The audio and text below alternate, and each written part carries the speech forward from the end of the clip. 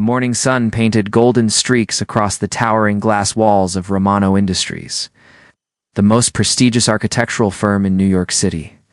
On the 42nd floor, Nicholas Romano stood like a king surveying his kingdom, his sharp gray eyes scanning the bustling streets below. At 34, he had built an empire that touched the sky, but his heart remained as cold as the steel beams that supported his buildings. Nicholas adjusted his perfectly tailored charcoal suit, every thread screaming luxury and power. His dark hair was styled to perfection, and his angular jaw spoke of determination that had crushed competitors and broken hearts with equal ease. He was Manhattan's most eligible bachelor, but also its most ruthless businessman. Success was his only companion, and he liked it that way. The ghost in plain sight 107 floors below. Emma Clark hurried through the marble lobby, her worn, black flats clicking softly against the polished floor. Her honey-colored hair was pulled back in a tight bun, hidden beneath a faded headscarf she wore to avoid attention. Large, outdated glasses covered half her face, and her oversized gray cardigan hung like a curtain, concealing every curve of her petite frame. Emma had worked as the evening receptionist at Romano Industries for 3 years, arriving each day at 4 in the afternoon when the main receptionist left. She handled calls, managed appointments, and kept the office running smoothly through the busy evening hours. Yet to Nicholas Romano, she was nothing more than furniture, necessary but forgettable piece of his business machine. Every evening, Emma watched him stride past her desk without so much as a glance. His expensive cologne would linger in the air long after he disappeared into the elevator, leaving her with a flutter in her chest that she desperately tried to ignore. She knew she was invisible to him, just another face in the crowd of his. Many employees, the daily cruelty, Miss Clark Nicholas's voice, cut through the quiet evening air like a blade. Emma looked up from her computer screen, her heart skipping despite herself. He stood before her desk, immaculate as always, but his expression held its usual cold indifference. "Yes, Mr. Romano," she replied softly, removing her glasses to give him her full attention. For a brief moment, something flickered in his eyes, but it vanished so quickly she wondered if she had imagined it. "The Henderson contracts need to be copied and bound. I need them first thing tomorrow morning." His tone was sharp, dismissive, and this time, try not to mix up the page order like you did with the Mitchell proposal. Emma's cheeks burned with embarrassment. The mistake he referenced had happened over a year ago, but he never let her forget it. "Of course, Mr. Romano. I'll have them ready. See that you do." Turned to leave, then paused. "Miss Clark, perhaps you could invest in a wardrobe that reflects the prestige of this company. Our clients expect a certain standard." The words hit her like physical blows. Emma nodded, unable to trust her voice to remain steady. She watched him walk away, his broad shoulders disappearing into the elevator, leaving her alone with the echo of his cruelty. As the elevator doors closed, Nicholas found himself thinking about Emma's eyes when she had removed her glasses. They were an unusual shade of green, like emeralds catching sunlight. He shook his head, annoyed with himself for noticing such trivial details about a mere employee. The gala announcement the following week brought unexpected excitement to Romano Industries. James Mitchell, Nicholas's best friend and business partner, since college, burst into the executive office with a bottle of champagne and a grin that could light up Times Square. "Nicholas, my friend, we have something to celebrate," James announced, popping the cork with theatrical flair. "The Riverside Children's Hospital project just got approved. It's $20 million, and they want us to design their new wing." Stern expressions softened into the closest thing to a smile his face could manage. The hospital project was more than just business. It was the kind of legacy-building work that would cement Romano Industries as more than just another profit-driven firm. "This calls for something special," Nicholas said, accepting the champagne flute James offered. "What did you have in mind?" "A charity gala, of course. Black tie, Manhattan's elite, all the works. We'll announce the hospital project and raise even more funds for the children's wing. Plus," James winked, "it will be the perfect opportunity for you to charm some potential investors." Nicholas nodded approvingly. "Set it up. I want the ballroom at the Plaza Hotel, the best caterers, live orchestra, everything first class. This event needs to reflect our success." That evening, as Emma organized the growing list of RSVPs for the gala, her heart sank deeper with each elegant name she entered into the system. Celebrities, politicians, socialites, business magnates, all of Manhattan's beautiful and powerful people would be there, dressed in designer gowns and expensive suits, celebrating in a world she could never enter. The bitter exclusion, Miss Clark, Nicholas's voice made her jump. She had been so lost in her thoughts that she hadn't heard him approach. How are the RSVP confirmations coming along?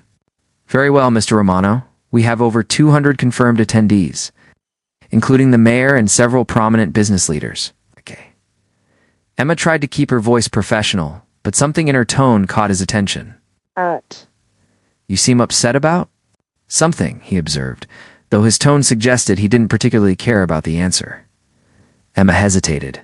Part of her wanted to tell him how it felt to organize an event she would never be invited to, how it hurt to be treated like she didn't exist. Instead, she gave him the safe response. Just tired, sir. It's been a long week. Nicholas studied her for a moment, noting the way she kept her eyes downcast, the slight tremor in her hands as she organized the papers on her desk. An uncomfortable feeling stirred in his chest, something that might have been guilt if he had allowed himself to recognize it. The gala is for our clients and investors, he said, his voice oddly defensive. It's a business function, not a social party. Of course, Mr. Romano, I understand completely. Emma's voice was barely above a whisper, because I wouldn't want there to be any confusion about expectations. The words came out harsher than he intended, and he immediately regretted them when he saw Emma flinch as if he had slapped her. As he walked away, Nicholas tried to ignore the way Emma's shoulders had sagged, the way her head had dropped as if carrying an invisible weight. He told himself he was maintaining appropriate boundaries between employer and employee. He certainly wasn't being cruel, but deep down in a part of himself he rarely acknowledged. Nicholas Romano knew he was lying. The breaking point that night. Emma sat in her small studio apartment in Brooklyn, staring at the invitation template she had designed for the gala. The elegant script mocked her with its beauty, advertising a world of glamour and sophistication that felt as distant as the stars. Her phone buzzed with a text from her younger sister Grace, who worked as a stylist at an upscale salon in Manhattan. How was work today, Em? Emma found herself typing out the whole story, her fingers moving faster as her emotions spilled onto the screen. She told Grace about the gala, about Nicholas's casual cruelty, about feeling invisible and worthless. Grace's response came back. Immediately, that's it. I'm coming over. We need to talk. 20 minutes later, Grace burst through Emma's apartment door like a whirlwind of determination. Unafraid to take up space in the world. Emma Clark, I've had enough of watching you let that man destroy your self-esteem, Grace announced, dropping a large bag on the coffee table. You are beautiful, intelligent, and kind, and it's time the world saw it. Grace, you don't understand. I'm not like those women, he notices. You're just scared, Grace interrupted gently. And I get it. Mom's medical bills, the pressure to keep your job, all of it. But Em, you're disappearing. You're letting his blindness make you invisible to yourself. Emma looked at her sister, seeing the fierce love and determination in her eyes. What are you suggesting? Grace smiled. The same mischievous smile she'd had as a child when she was planning something wonderfully rebellious. I'm suggesting we remind Nicholas Romano exactly what he's been too blind to see. Are you free Saturday night? Emma's heart began to race as she realized what Grace was proposing. I can't crash his gala. I'd be fired, humiliated, or Grace said, pulling a stunning midnight blue dress from her bag. You could walk in there like the queen you actually are and watch his world turn upside down. As Emma stared at the beautiful dress, something shifted inside her chest. For 3 years, she had accepted Nicholas's indifference, his casual cruelty, his complete dismissal of her worth. She had made herself smaller and smaller, trying to avoid his notice, trying to stay safe in her invisible corner. But maybe, just maybe, it was time to step into the light. Saturday night, she whispered, touching the silky fabric of the dress. Saturday night, Nicholas Romano is going to see me. And for the first time in 3 years, McClark smiled with genuine anticipation instead of resigned acceptance. The stage was set for a collision between two worlds. The cold, Calculating. Empire of Nicholas Romano, and the hidden fire of a woman who had finally decided to stop being invisible. The stage was set for a collision between two worlds: the cold, calculating empire of Nicholas Romano and the hidden fire of a woman who had finally decided to stop being invisible. Saturday night would change everything. Saturday afternoon arrived with the golden promise of autumn in New York City. Emma stood in Grace's upscale salon, surrounded by mirrors that reflected a woman she barely recognized. For the past 4 hours, Grace and her team had worked their magic, transforming Emma from an invisible wallflower into something extraordinary. "I can't believe this is me," Emma whispered, staring at her reflection. Her honey-colored hair, freed from its perpetual bun, cascaded in soft waves down her shoulders. Grace had added subtle highlights that caught the light like spun gold. The outdated glasses were gone, replaced by delicate contact lenses that revealed eyes the color of summer forests. Sophie Martinez. Grace's business partner and makeup artist stepped back to admire her work. "Emma, you were always beautiful. We just helped the world see what was already there." The midnight blue dress Grace had chosen fit Emma like it was made for her. The silk fabric skimmed her curves perfectly, the modest neckline elegant rather than revealing. Silver earrings caught the light when she moved. Delicate heels added just enough height to make her feel powerful without being uncomfortable. "Remember?" Grace said, adjusting Emma's hair one final time. "You belong anywhere you choose to be. Don't let anyone, especially Nicholas Romano, make you feel otherwise." Emma nodded, her heart pounding with a mixture of terror and excitement. She had never done anything this bold in her entire life, but something deep inside her knew it was time. The grand entrance, the Plaza Hotel ballroom, was a vision of elegance and luxury. Crystal chandeliers cast warm light over tables adorned with white roses and gold accents. Manhattan's elite mingled in their finest attire, the air filled with the gentle sounds of a string quartet and sophisticated conversation.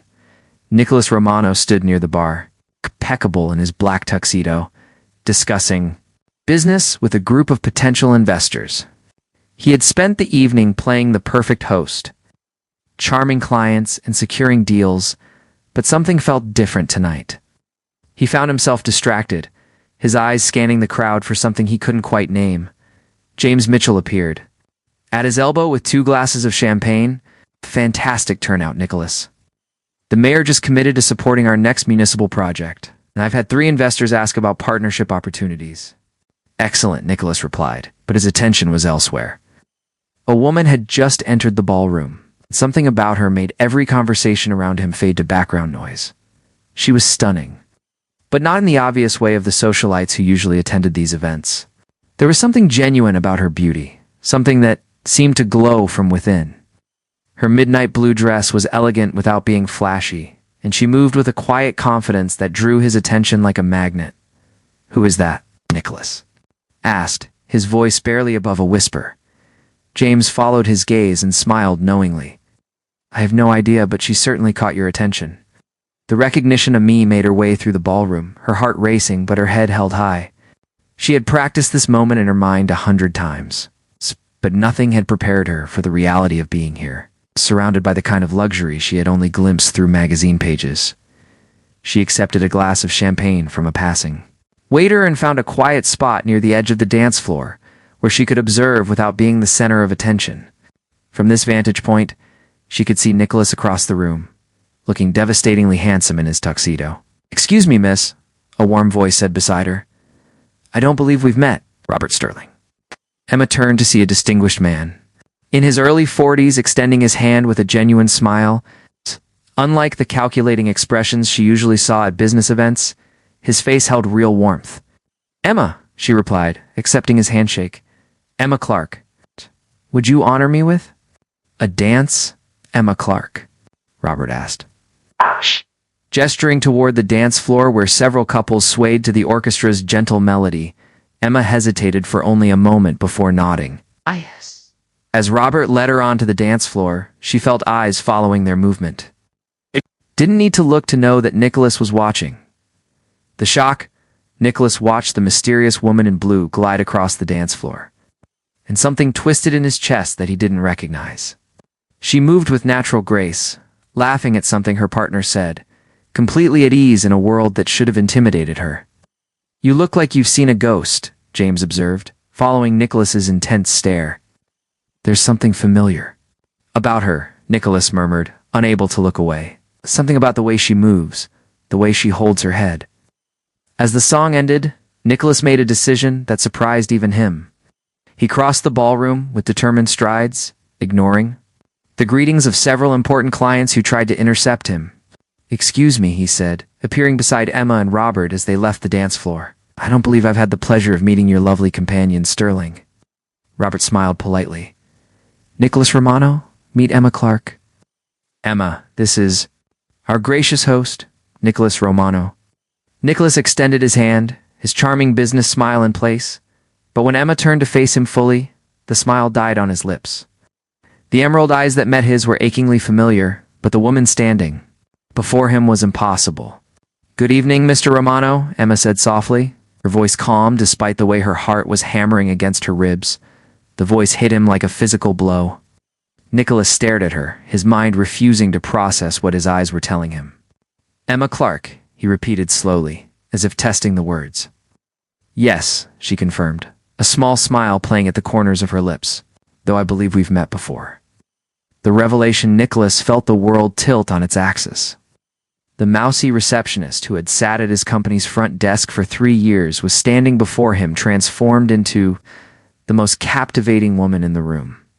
How had he been so blind? "This is impossible," he whispered, unable to hide his shock. "Is it?" Emma asked gently.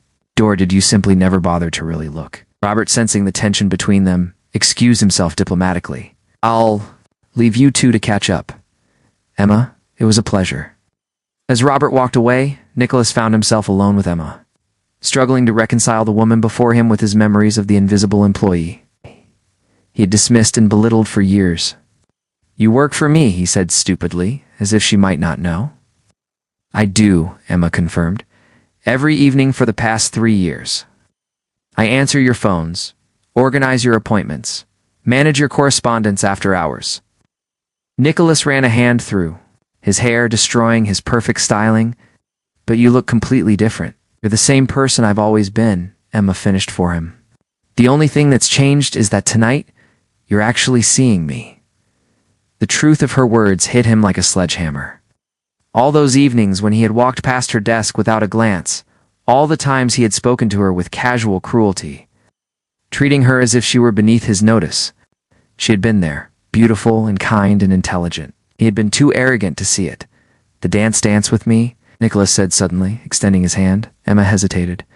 "I don't think that's a good idea." "Please," he said, and there was something in his voice she had never heard before. Vulnerability, one dance. Against her better judgment, Emma allowed him to lead her onto the dance floor. The orchestra was playing a waltz. Nicholas's arm around her waist felt both foreign and familiar. They moved together in silence for several moments, both lost in their own thoughts. Nicholas breathed in her subtle perfume, memorizing the feel of her hand in his, trying to understand how he could have been so completely blind. "Why didn't you ever say anything?" he asked finally. "About how I treated you?" Emma looked up at him, her green eyes sad but not angry. "What would you have said if I had? Would you have listened? Would you have cared?" Nicholas had no answer, because they both knew the truth. He wouldn't have listened. He wouldn't have cared. He had been too consumed with his own importance to see the woman right in front of him. "I'm sorry," he said, the words feeling inadequate, but necessary. "Emma, I'm so sorry." "No," she replied softly. "That an apology doesn't erase 3 years. A feeling invisible." The departure as the song ended, Emma stepped back from Nicholas's embrace. "Thank you for the dance, Mr. Romano. I should go now." "Wait," Nicholas called, desperation creeping into his voice. "Don't leave. We need to talk. I need to. You need." "To what?" Emma asked, turning back to face him. "Explain why you suddenly find me worthy of your attention. Tell me how different I look tonight. Promise to treat me better now that you realize I'm not actually hideous." Nicholas flinched at the accuracy of her words. That's exactly what this is," Emma said, but her voice was kind rather than cruel. "Nicholas, you're not a bad man, but you are a man who only sees what serves your purposes. Tonight I caught your attention because I look different. But I'm still the same person who deserved basic human decency every day for the past 3 years. She paused, gathering her courage for what she needed to say next. I won't be coming to work on Monday. What? Nicholas felt panic rising in his chest. Emma, you can't quit because of tonight. I'll do better. I'm not quitting because of tonight, Emma interrupted gently. I'm quitting because I finally remember what it feels like to be seen. And I won't go back to being invisible.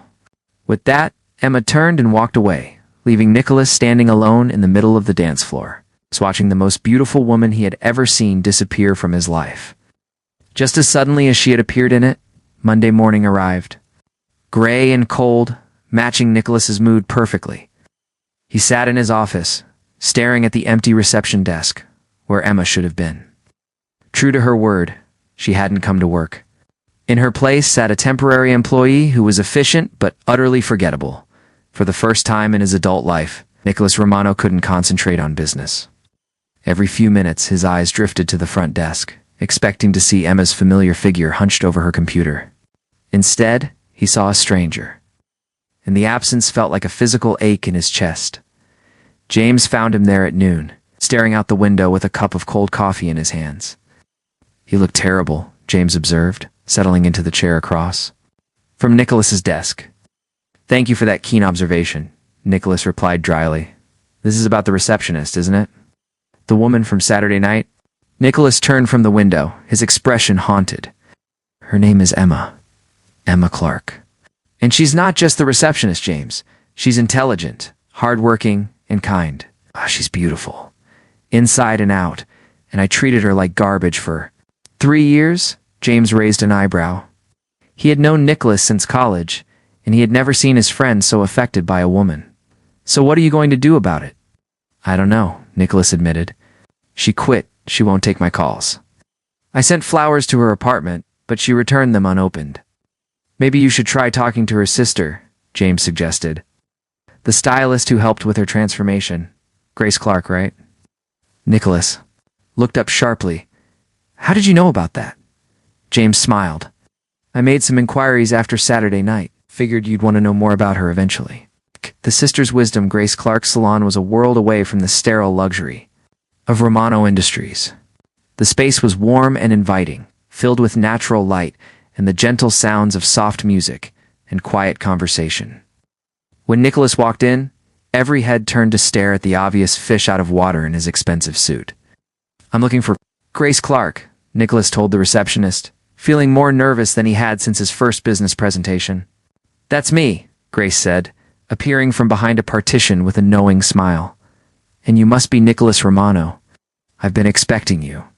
She led him to a quiet corner of the salon where they could talk privately. Grace was everything, Emma. Wasn't bold, confident, unafraid to take up space. But when she looked at him, Nicholas saw the same kindness in her eyes that he had finally learned to recognize in Emma's. She's miserable, Grace said without preamble. In case you were wondering. Nicholas felt his heart clench. Never wanted to hurt her, but you did, Grace replied matter-of-factly. For 3 years you hurt her every single day. Do you have any idea what it's like to work for someone who treats you as if you don't exist? I'm trying to make it right, Nicholas said desperately. But she won't see me. She won't take my calls. Grace studied him for a long moment. Emma has spent her whole life making herself small so that other people would be comfortable. Your indifference taught her that she was invisible, worthless. It's going to take more than flowers and apologies to undo that damage. Tell me what to do, Nicholas pleaded. I'll do anything. Prove that you see her, Grace said simply. The woman in the blue dress from Saturday night. But the real Emma. The one who works 2 jobs to pay for our mother's medical treatments. The one who gave up her dreams to take care of her family. The one who is kind to everyone, even people who don't deserve it. Nicholas felt something cold settle in his stomach. Medical treatments? Grace's expression softened slightly. Our mother has been battling cancer for 2 years. Emma's evening job at your company, plus her weekend work at a diner in Brooklyn, barely covers the treatment costs. That's why she couldn't afford to quit before now, no matter how badly you treated her. The revelation hit Nicholas like a physical blow. All this time, Emma had been carrying such a heavy burden, and he had made her life even harder with his casual cruelty. "Where is she now?" he asked quietly. "Working double shifts at the diner," Grace replied. "Trying to make up for the income she lost by quitting your company." The gesture Nicholas left the salon with a plan forming in his mind. He spent the rest of the day making phone calls, pulling strings, and using every connection he had built over the years. By evening, he had arranged something that he hoped would prove to Emma that he truly saw her. All of her. The next morning, Emma was rushing between tables at Brooklyn Bell Diner when her phone rang. It was Grace, and she sounded strange. You need to sit down," Grace said without preamble. "I'm working, Grace. Can this wait?" "Mom's doctor just called." "What?" "Someone has paid for all of her medical expenses. Not just the current bills, but everything. Her entire treatment plan, all the medications, even the experimental therapy we couldn't afford. It's all been taken care of." Emma sank onto a chair, the coffee pot in her hand forgotten. "That's impossible, Dad." "I think you know," Grace said softly. Emma's hands were shaking as she hung up the phone. She knew exactly who would do something like this, and the knowledge terrified and touched her in equal measure. Her phone buzzed with a text from an unknown number. "This isn't about the woman in the blue dress. This is about the woman who sacrifices everything for the people she loves. You deserve to have someone take care of you for once." In the confrontation, Emma found Nicholas in his office that evening, working late as always. The temporary receptionist had gone home hours ago, and the building was quiet except for the distant hum of traffic far below. "You can't do this," Emma said, without preamble, standing in his doorway with her arms crossed. Nicholas looked up from his computer, his heart racing at the sight of her. She was back to her old appearance, hair in a bun, oversized sweater. Ow. No makeup. But now he could see past the camouflage to the beauty beneath. "Can't do what?" they asked, though they both knew what she meant. "Pay for my mother's treatment. It's too much money. I can't accept it." Nicholas stood and moved around his desk, stopping a few feet away from her. "It's not a loan, Emma. It's not contingent on anything. It's just something I wanted to do." "Why?" she demanded, her voice rising. "Because you feel guilty, Gez? You want to buy your way out of 3 years of treating me terribly? Because I love you?" Nicholas said simply, the words falling into the space between them like stones into still water. Emma stared at him, her mouth opening and closing as she struggled to find words. "You don't love me," she said finally. "You don't even know me." "I know that you work 2 jobs to pay for your mother's medical care," Nicholas said, taking a step closer. "I know that you gave up your college scholarship to take care of your family. I know that you're kind to everyone, even people who don't deserve it. I know that you have the most beautiful laugh I've ever heard, and that your eyes light up when you talk about books. I know that you take the subway home every night because you send every extra dollar to your mother's doctors." Emma's eyes filled with tears. "How do you know all that?" "Because I finally started paying attention," Nicholas said softly. "Because I finally started seeing you, really seeing you. And what I see is the most extraordinary woman I've ever met." The healing Mo wiped at her eyes, angry at herself for crying in front of him. "This doesn't change anything, Nicholas. You can't just pay for my mother's treatment and expect me to fall into your arms." "I don't expect anything," Nicholas said. "I'm not doing this to win you back. I'm doing it because it's right.